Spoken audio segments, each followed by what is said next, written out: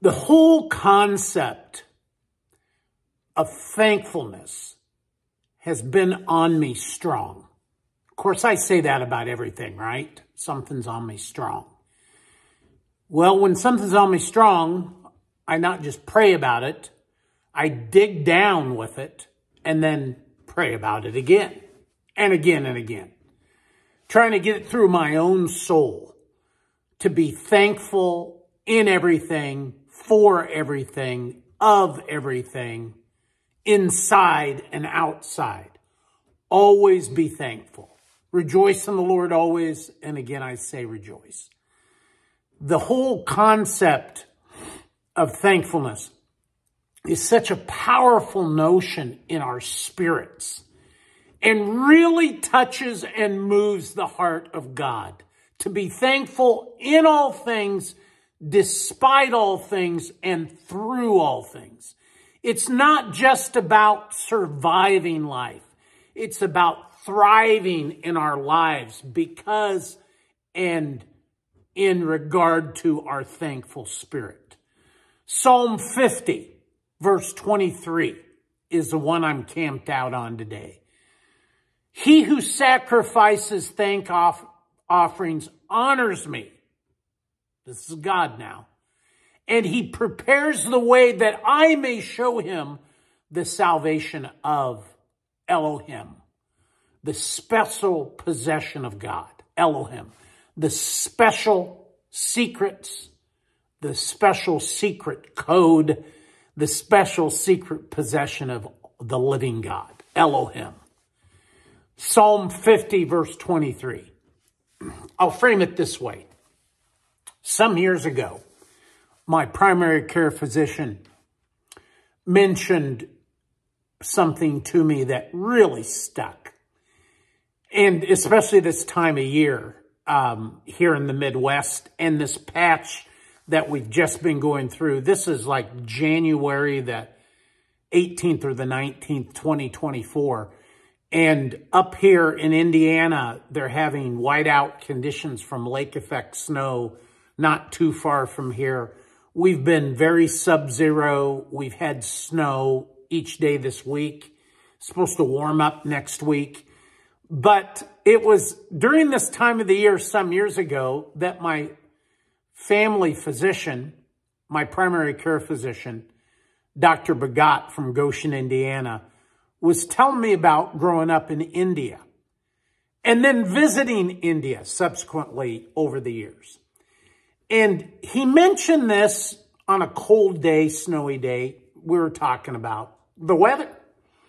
And he said, you know what bothers me the most about elderly people that come in is their complaints about the driving conditions. And he said, here are people who are retired that have their time on their side, that can take their time going places. And he said, I visit India, grew up in India. I visit India.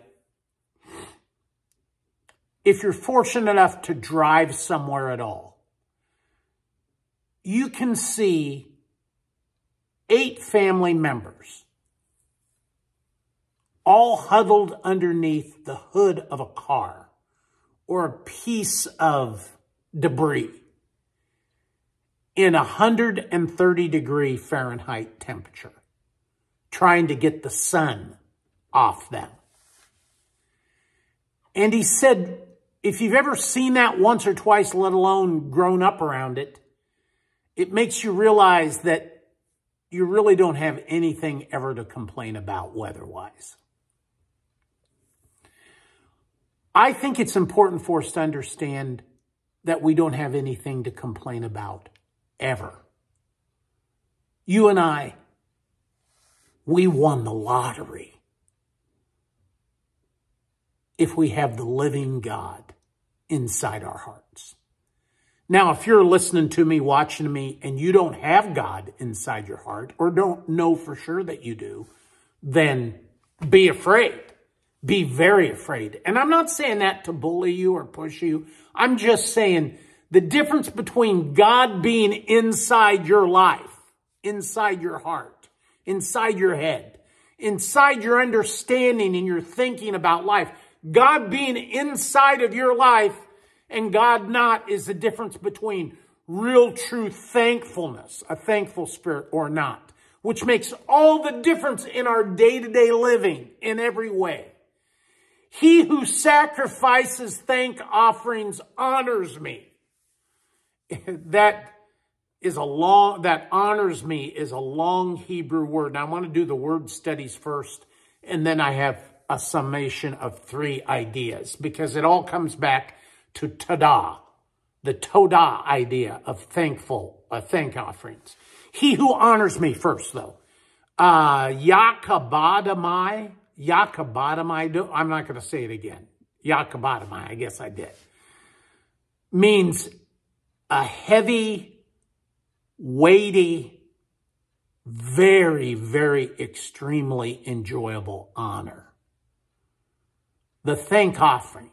He who has to sacrifice for a thank offering brings God the highest, deepest honor. Zobeh, offer a sacrifice of Todah. Offer a sacrifice of thankfulness. Offer a sacrifice of praise out of thankfulness. Offer a sacrifice of confession. All of those ideas, those 3 ideas, are what Todah means. A thank offering, Todah means a confession, means thankfulness, and it also means praising thankfully, even when you have to sacrifice, even when you have to force yourself to do so. Here's the interesting thing about how it honors God, though. No matter what circumstance you face, if you can offer up thankfulness, and I know whether you've experienced loss in your life or pain in your life or circumstances that are horrendous, what we need to understand is there is a process. There's a mantra we can go through. A mantra of confession. A mantra of thankfulness that says that I've just experienced a horrendous situation, but that situation is now over and now I'm processing it. If you've lost somebody dear to you or are losing someone dear to you, what you need to do is focus in upon the thing that you can be thankful for. Be thankful for the time that you were able to spend, not the time you're losing. Be thankful for the time you were able to spend, not the time you've lost. See, we focus on that which we lose instead of that which we've had or will have. And most importantly is we lose focus of eternity, where we'll be in fellowship with the living God and each other forever. He who sacrifices thank offerings prepares the way. That concept, the Wissam Derek, means sets things straight. And not just that, appoints and determines a course ahead. Not only do you set things straight, you prepare and appoint a course ahead, that I may show him. That idea, Aranu, that I may show him. This is God saying, that I may show you, me, a way to perceive, a way to consider, a way to process with a great big vision that your best days are ahead, which is the meaning of Bayasam, or the salvation of Elohim. Deliverance, rescue. Salvation means deliverance, rescue, prosperity, and victory. And as I have done the word studies, he who sacrifices thank offerings honors me and prepares the way that I may show him the salvation of God. As I look at the levels of this, I see the correlation.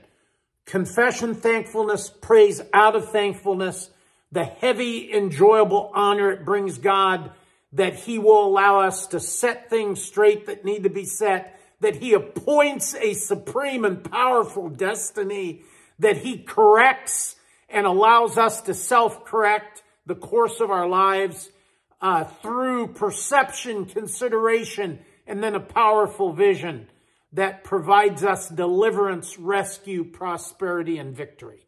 So here are my 3 conclusions. Number 1, a person who offers a confession of sin, a confession of faith, a confession of thankfulness, brings God a great honor, setting things straight and bringing deliverance into their life. That's number 1. Number 2, a person who is thankful brings God great honor, and it corrects any negative course and brings divinely appointed victory.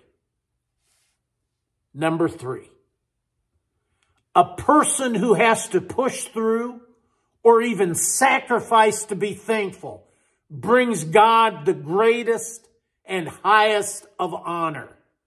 And God provides a powerful and appointed vision that brings a divinely ordained prosperity into your life. He who sacrifices thank offerings honors me, and he prepares the way that I may show him the salvation of God. God, let it be so. God bless.